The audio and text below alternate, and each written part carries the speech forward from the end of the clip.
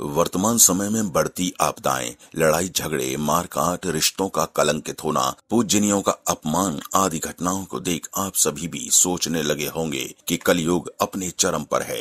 लेकिन दोस्तों, हम आपको बता दें कि आपकी ये सोच पूरी तरह से गलत है, क्योंकि सही मायने में तो कलयुग का लगभग आरंभ ही हुआ है। दोस्तों, हमारे पुराणों में 4 युगों का वर्णन मिलता है: सतयुग, त्रेता युग, द्वापर और कलयुग, जिसमें कलयुग को तो श्राप कहा जाता है। पर क्या आप जानते हैं कि इस पृथ्वी पर कैसे हुई थी कलयुग की शुरुआत? अगर नहीं तो आइए इस वीडियो के माध्यम से जानते हैं कलयुग के धरती पर आगमन के पीछे का रहस्य। मित्रों, पौराणिक मान्यता के अनुसार जब धर्मराज युधिष्ठिर अपना पूरा राजपाट परीक्षित को सौंपकर अन्य पांडवों और द्रौपदी समेत महाप्रयाण हेतु हिमालय की ओर निकल गए, तब एक दिन धर्म रूपी बैल और गाय रूप में पृथ्वी सरस्वती नदी के किनारे बैठकर वार्तालाप कर रहे थे। इस दौरान पृथ्वी की आंखों से आंसू बहते देख धर्म ने उनसे इस प्रकार दुखी होने का कारण पूछा। उन्होंने सवाल किया कि देवी, कहीं तुम इस बात से दुखी तो नहीं कि मेरा बस एक ही पैर है, या फिर इस बात से परेशान हो कि अब तुम्हारे ऊपर बुरी ताकतों का शासन होगा? इस पर पृथ्वी देवी बोली, हे धर्म, तुम तो सब कुछ जानते हो। पवित्रता, क्षमा,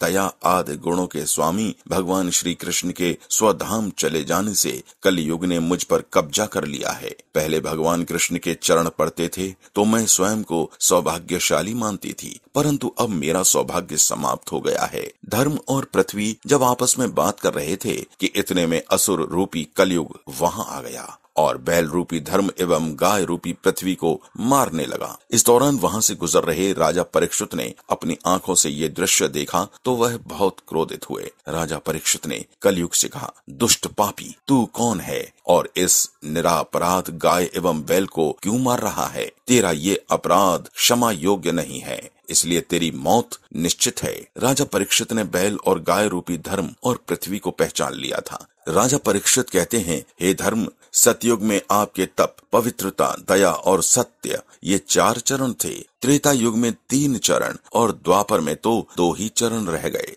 अब इस दुष्ट कलयुग के कारण आपका एक ही चरण रह गया है। पृथ्वी देवी भी इस बात से दुखी हैं। इतना कहने के साथ ही राजा परीक्षित अपनी तलवार निकालकर कलयुग को मारने के लिए आगे बढ़े। राजा परीक्षित का क्रोध देख कलयुग बुरी तरह से घबरा गया और अपनी राजसी वेशभूषा को उतारकर राजा परीक्षित के चरणों में गिरकर क्षमा याचना करने लगा। राजा परीक्षित ने भी शरण में आए कलयुग को मारना उचित नहीं समझा और उससे कहा कि तू मेरी शरण में आया है, इसलिए मैं तुझे जीवन दान दे रहा हूँ। उन्होंने कहा कि अधर्म, पाप, झूठ, चोरी, कपट, दरिद्रता आदि का मूल कारण केवल तू ही है, इसलिए तू मेरे राज्य से अभी निकल जा और फिर कभी लौट कर नहीं आना। कलयुग ने राजा परीक्षित से विनती करते हुए कहा कि पूरी पृथ्वी पर आपका राज है, ऐसे में अब मैं कहाँ जाऊँ? साथ ही कहा कि राजन, आपका वचन रह जाए और प्रकृति का नियम भी न टूटे, इसलिए मैं आपके जीवन काल तक अपने आप को कुछ सीमाओं में बांधना स्वीकार करता हूँ,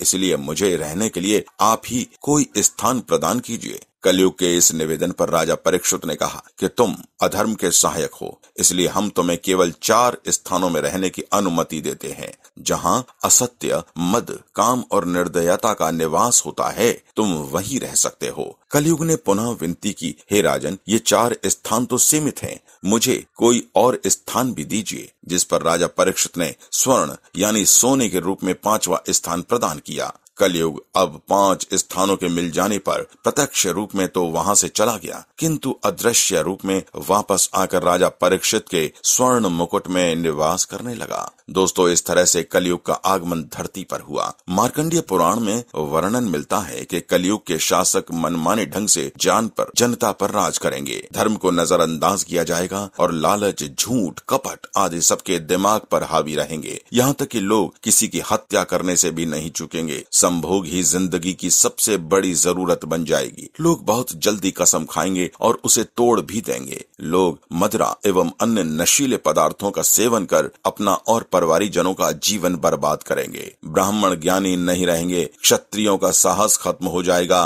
वैश्य अपने व्यापार में ईमानदार नहीं रह पाएंगे, पाप अपने चरम पर होगा। दोस्तों, अगर ये जानकारी आपको पसंद आई है तो हमारे इस वीडियो को लाइक और शेयर तथा हमारे चैनल को सब्सक्राइब जरूर कीजिए।